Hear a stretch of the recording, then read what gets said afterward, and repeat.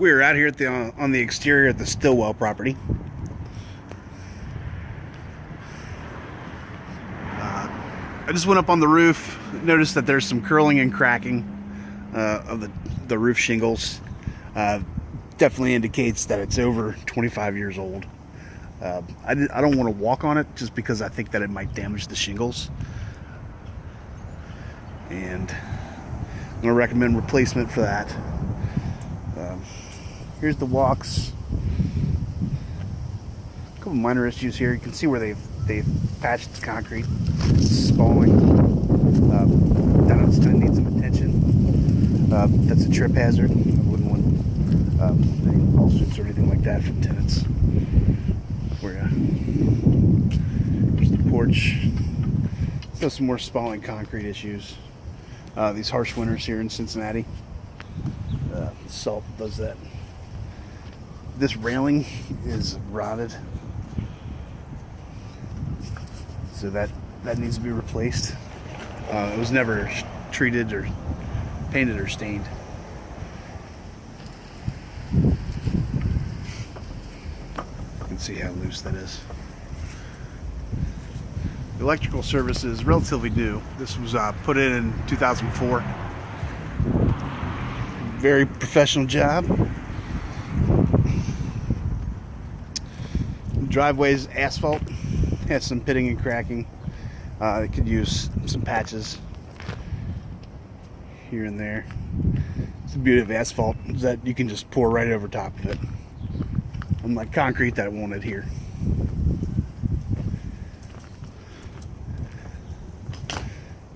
This is the chimney. The only thing that's vented into this right now is the water heater. And this used to be where the old boiler was. You can see it goes to the top there. I'm not sure if you can see the watermarks there on the chimney, but that tells me that it's not flashed very well and it's not pouring into the gutter like it's supposed to. It's coming out. So flashing needs to be addressed. You can see along the gutter boards there, water's pouring behind the gutter, in between the fascia and the gutter. And I'm not sure if you can see that from here, but there's loose gutter spikes where that's pulled away. There's probably an ice damming issue.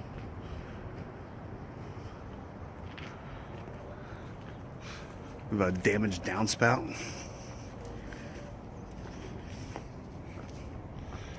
And one big problem, and this is the biggest problem, other than the roof that I've seen, it can be pretty easily corrected, I think. You have this big slope here.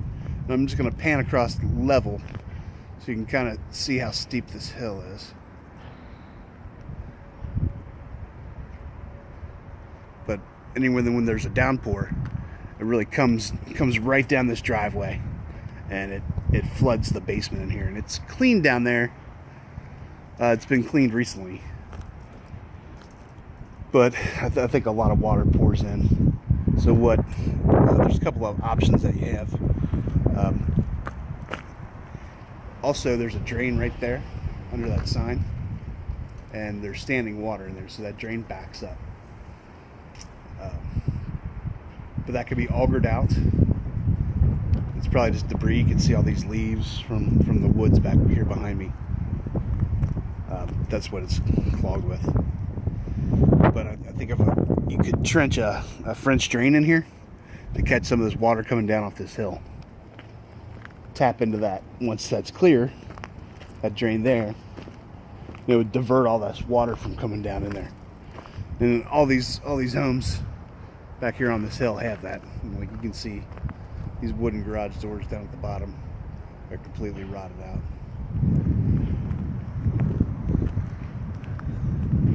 The outside looks pretty good. It's pretty well maintained for the most part. Window lintels have been painted. That's good. It keeps that mortar from breaking out at the joints. That's pretty common with these quads.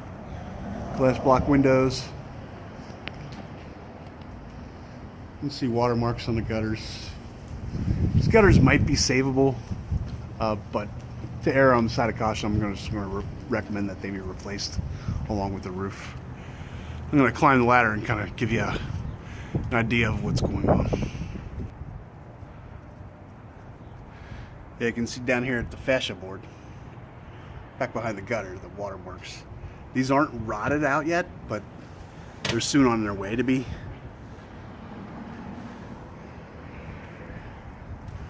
You climb up another couple rungs and I'll see what's going on the roof.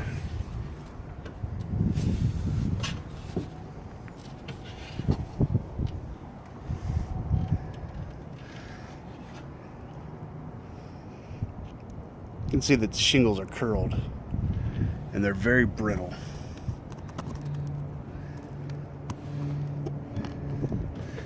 To the point where even walking on it, I think that it would be dangerous.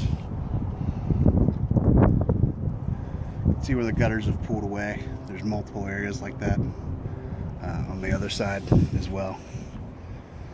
A lot of debris in the gutters. We make a product called gutter helmets that would keep all this debris out of here. It's a maintenance-free kind of way to do that. Maybe that's something that you can work out with George. On the plumbing vent, the boots look pretty good. So I'm not seeing any leaks there, but up in Unit 3, I did see some water damage in the ceiling between the kitchen and the living room. I'm sure that there's a leak in there somewhere. There's no access for the attic, so I'm not really able to tell what's going on in there structurally.